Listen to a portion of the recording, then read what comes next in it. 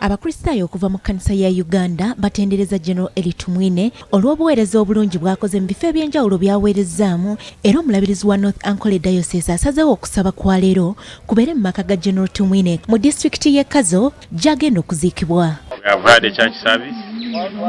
The Archdeacon will command the bishop. The bishop was here yesterday. They decided that we hold a church service at home.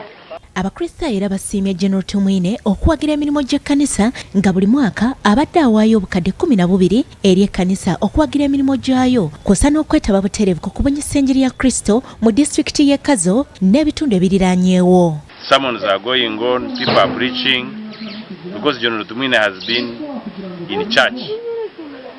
They were telling us he was giving the diocese 12 million for the mission department for preaching the gospel. General Tumwine waafiiridde abadde atandise okuzimba Ekkanisa y'e Mukuru era abadde yaggulawo ensawo y'omulimu guno n'obukadde 4 era abatuuze baagala gavumenti emalirize okuzimba Ekkanisa gy'alese nga tennaggwa. Kandi kinkusaba mu gavumenti kuyakubeine nkaabo ka general ihanga likagira omuteeka nani nsaba gavumenti na President Museveni nko watandikira nawe kishaka nuko yateirisa siri kubanza karishikiriza karijwera gavumenti kuntuba twine nkaba general Tumwine gavumenti je kaba iri n'obusinyi.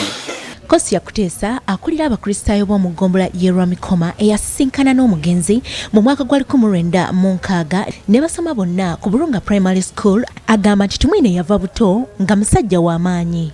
Nkavugavugana Tumwine 1996 twasomera ku Bulunga Primary School twaguma tuyabanywani munonga ya awe nawera amakanisa yango neje kanisa yonka kungana makanisa kona abanaka kwera ukakaba na hekaru mkomo abanatsi mbicu.